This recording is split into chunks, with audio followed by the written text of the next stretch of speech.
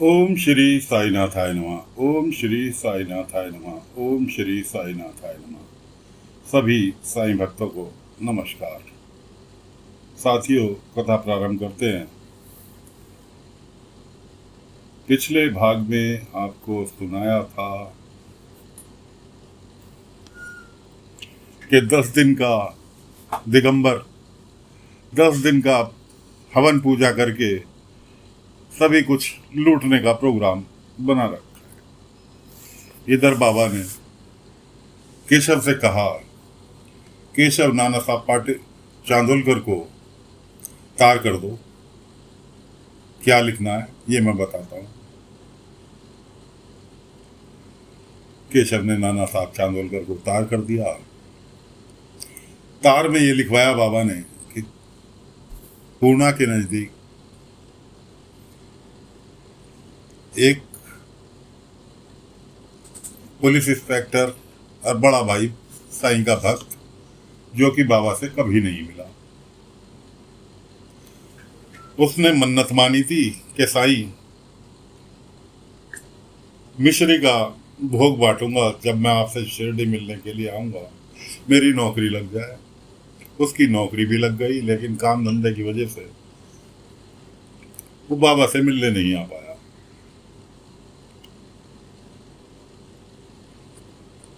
अब चांदोलकर साहब जब उस पुलिस वाले के घर पहुंचे तो भाई ऐसे ऐसे तुम्हें साईं ने शिरडी बुलाया है तुम्हारे भाई के साथ। भाई के साथ बुलाया है, ठीक है।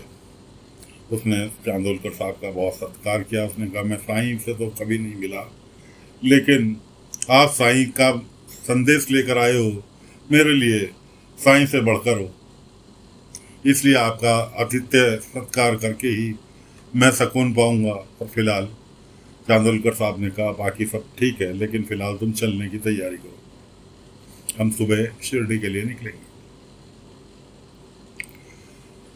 ठीक है साहब। तो अगले दिन चांदोलकर साहब के साथ पुलिस वाला, उसका भाई, दोनों जने शिरडी के लिए निकल लिए। शाम तक शिरडी पहुंच गए। अब पुलिस वाला कहने लगा बाबा से कि साईं वो तो सब ठीक है, आपने मुझे क्यों बुलाया है? ये तो चलो आपका भक्त है, इसलिए आपने इसे बुला लिया, मेरा तो कोई लेना देना नहीं, आपने मुझे क्यों बुलाया? बाबा ने कहा समझ जाओगे। उन्होंने कहा नहीं साईं, मेरे से सीधी सीधी बात करो, मैं बहुत जरूरी काम छोड़ कर आ रहा हूँ। बाबा ने कहा सबरी रखो, सबरी। खैर जी, फिलहाल रात को साठेवाड़ा में उनके रुकने का व्यवस्था की गई। चांदोलकर साहब, पुलिस वाला, उसका भाई, सभी रात को सभी लोग के लिए बाबा ने खीर वगैरह का प्रोग्राम रखा। खाना खा के बैठे ही थे कि इतने में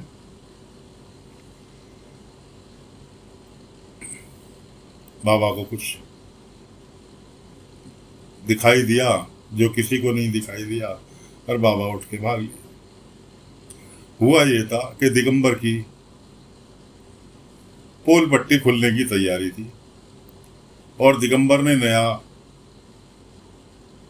अपना शिष्य बनाया था। कोई ठाकुर ठाकुर करके था, उसको शिष्य बनाया था। उससे पैसा ऐंठने की तैयारी में था, क्योंकि उसकी नज़रों में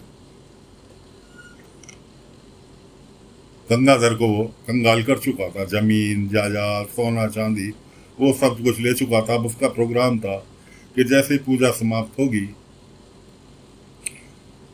कि इसे आश्रम भेज देंगे, कि तेरे बेटे की इच्छा है कि तू आश्रम में जाके रहे, क्योंकि सब कुछ लगभग वो उससे ले चुका था। पूर्णा जो थी वो बंद कमरे से इनकी सब बातें सुन रही थी, बीच बीच में वो दखल अंदाजी कर रही थी। तो इसलिए दिगंबर ने प्रोग्राम बनाया कि पूर्णा को ही रास्ते से हटाया जाए, उसे मरवा दिया जाए। अब नया भक्त जो ठाकुर पैदा हुआ था उसने कहा भाई तेरी व्यापार, उसके व्यापार में घाटा चल रहा था, वो अपने व्यापार की उन्नति के लिए भक्त बना था कि गुरुजी कैसे भी करके मेरे व्यापार का भला कर दो। तो उसको कहा दिगंबर ने कि भाई ऐसा है, किसी विधवा की बलि देनी पड़ेगी, जो ताजी ताजी विधवा हुई हो, एक रात भी अपने पति के साथ ना रह पाई हो, उसकी बलि देनी पड़ेगी। अब कहाँ से लाए कि मिल जाएगी तुझे, आज रात को ढूंढियो तुझे भागती हुई मिल जाएगी। उधर पूर्णा बेचारी कमरे में बंद बाबा से करी, साईं कैसे निकलूं, ये तो पूरा का पूरा बाबा को आश्रम भेजने का, मरवाने का प्रबंध कर रहा है, कैसे निकलूं बाहर। सभी लोग सो चुके थे घर में, उसके सास ससुरी थे, सभी लोग क्या सास ससुरी थे, यहाँ तक कि दिगंबर भी उन्हीं के घर में रुका हुआ था, गंगाधर के घर में ही रुका हुआ था, क्योंकि 10 दिन की पूजा चल रही थी, इसलिए सभी लोग सो गए। बाबा की कृपा से कुंडी खुल गई अपने आप उसके दरवाजे की, बाबा के ही चमत्कार से। वैसे कौन खोल रहा था उसकी कुंडी, तो उसके, और वो घर से बाहर निकल आई और जा रही थी वो पुलिस स्टेशन। रास्ते में घेर लिया ठाकुर के आदमियों ने उसकी बलि चढ़ाने के लिए, तलवार हाथ में। उधर बाबा सभी लोगों को बैठा छोड़कर भागे, और जब बाबा पहुंच नहीं पाए तो जैसे ही उसने, ठाकुर ने इसे मारने की, पूर्णा को तलवार उठाई, बाबा ने उसकी तलवार वहीं की वहीं उठी की उठी रह गई, जाम कर दी। पीछे पीछे जो पुलिस वाला अपने भाई के साथ आया था, नाम वेंकटेश था, वो बाबा को देखने के लिए चल दिया कि साईं इतनी रात को कहाँ जा रहे हैं। तात्या बोला किसी को साईं की मदद की आवश्यकता होगी, इसलिए साईं इसकी मदद करने जा रहे हैं। उसने कहा मैं देखता हूँ, पीछे पीछे भाग लिया। उसके भाई ने उसे रोकना चाहा तो चांदोलकर साहब ने कहा कि अभी तक इसे साईं के ऊपर विश्वास नहीं हुआ, ये उल्टे सीधे सवाल कर रहा है, जब ये अपनी आंखों से देखेगा तो इसे खुद यकीन हो जाएगा साईं क्या है, कहना सुनना सब बेकार है। अब पीछे पीछे वो पहुंच गया, पीछे पीछे पहुंच गया बाबा ने। इतने में बाबा पहुंचे उसके पास, पूर्णा के, तलवार वहीं की वहीं उसकी जाम। अब बाबा के पहुंचने के बाद वो तलवार पीछे गिर गई। बाबा ने उसे ठाकुर से पूछा कि भाई ये क्या करने जा रहे थे। कह रहे मेरे गुरुजी ने मेरे को आदेश दिया था, मैं इसकी बलि दूंगा। खैर खूब नोक झोंक हुई। इतने में वेंकटेश भी नजदीक आ गया। उसने अपने पुलिस के मातहतों, जो उसके शिरडी की चौकी से आए थे, क्योंकि बाबा ने केशव को भेज के उन्हें खबर करा दी थी, इसलिए शिरडी की चौकी से भी 5-7 पुलिस वाले आ गए थे। वेंकटेश ने उन्हें, ठाकुर को अरेस्ट कर लिया गवाही के लिए कि तू गवाही देगा। अब दिगंबर को पता चला कि साईं ने क्यों उसे शिरडी बुलाया था, क्योंकि बाबा ने उससे कहा था कि तुम बहुत दिनों से किसी कोई भी चीज़ की तलाश में हो, वो तुम्हें यहाँ शिरडी मिलेगी। क्या चीज़ मिलेगी ये बाबा ने नहीं बताया था। अब उसकी समझ में आया। उसने कहा रे मैं तो इसको पता नहीं कब से ढूंढ रहा हूँ, सबूत लिए बैठा हूँ, लेकिन ये वहाँ से भी निकल लिया। कोई बात नहीं है, पकड़ते हैं। कि साईं इसलिए शिरडी बुलाया था आपने। खैर बाबा कुछ नहीं बोले। अब अगले दिन सुबेरे दिगंबर को ठाकुर की गवाही पे, सारी पूर्णा की गवाही पे, दिगंबर को अरेस्ट करके चावड़ी बुला लिया। उधर कुलकर्णी सरकार ने हाथ मिला लिया था दिगंबर से, तो इसलिए कुलकर्णी सरकार 10-20 आदमियों को लेकर अपने किराए के, कि गुरुजी को छोड़ो, गुरुजी को छोड़ो, गुरुजी को छोड़ो। वेंकटेश कहने लगा, पुलिस वाला जो था, हमारे पास सबूत है दिगंबर के खिलाफ, इसलिए क्या सबूत है, सबूत पेश करो। कि पूर्णा, सबसे पहले पूर्णा, इसकी गवाही नहीं चल सकती। कुलकर्णी बोला इसकी गवाही नहीं लगने की। क्यों? क्योंकि ये साईं की भक्त है, और ये सब किया ज़रा साईं का है। ये दिगंबर को अपना राज्य छिन ना जाए इस वजह डर से, ये साईं की फैलाई हुई कहानी है दिगंबर को झूठा साबित करने की, इसलिए इसकी पूर्णा की गवाही नहीं लगेगी। कि जी ठाकुर, दूसरा गवाह ठाकुर। एक पुलिस वाला आया, उसने कहा जी ठाकुर भाग गया। छोड़, अब तो दिगंबर निश्चिंत हो गया, ठाकुर भाग गया, पूर्णा की गवाही लगेगी नहीं और कोई साक्ष्य है नहीं। उधर कुलकर्णी के आदमी जो किराए के थे कि गुरुजी को छोड़ो, गुरुजी को छोड़ो, क्योंकि कुलकर्णी तो दिगंबर से हाथ मिला चुका था, इसलिए गुरुजी को छोड़ो कि रट लगाए हुए थे। मजबूरीवश हथकड़ी खोलनी पड़ गई वेंकटेश को, क्योंकि ये सब रचना रची गई थी। खैर जी, सारे के सारे जो भी गांव वाले वहाँ चावड़ी में मौजूद थे, सुनवाई के लिए आए थे, सब बाहर को निकल गए। अब बाबा पहुँचे दिगंबर के पास। बाबा रह गए, अगर खाली दिगंबर रह गया। सब लोग निराश होकर बाहर निकल गए। यहाँ तक कि पूर्णा के सास ससुर ने भी पूर्णा को दोषी करार देते हुए कि उनके गुरुजी सही हैं, सच्चे हैं, और तू ही दोषी है, तू ही वजह से हमारे बेटे की जान गई, इसलिए आज के बाद तेरा हमारा कोई रिश्ता नहीं। ऐसा कहकर सब लोग बाहर निकल गए। अब बाबा ने अपना जादू चलाया। दिगंबर कहने लगा, देख लिया साईं, मेरा कोई कुछ नहीं बिगाड़ पाया। बाबा ने कहा, एक अदालत अभी और बाकी है, जिसकी अदालत में किसी का ना झूठ चलता, ना चाल फरेब, कुछ नहीं चलता, वो अदालत बाकी है। अब बाबा ने जैसे ही उसे अपने वश में किया, उसने सच उगलना चालू कर दिया। हाँ, मैंने ही गंगाधर के भाई को मारा, हाँ मैंने ही दवाई फेंकी, मोहन की दवाई फेंकी, अगर वो समय से दवाई खा लेता तो जिंदा बच जाता। और खूब जोर जोर से चिल्ला के उसने तो सोचा सब लोग चले गए, पुलिस वाले भी चले गए, गांव वाले भी अपने घर को चले गए, तो उसने खूब चिल्ला चिल्ला के जो भी गुनाह किए थे वो सारे गुनाह कबूल कर लिए।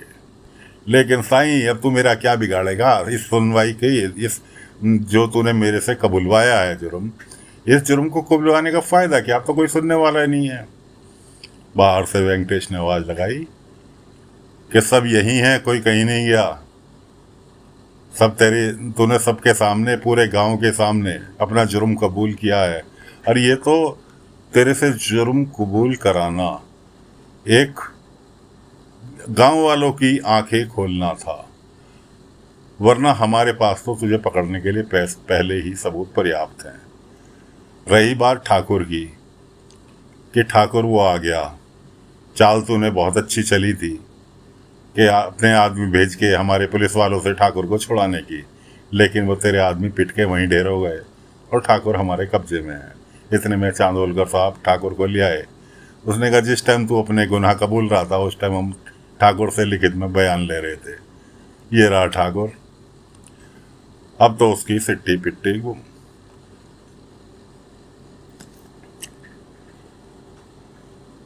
पाखंडी बाबा हो गए अरेस्ट।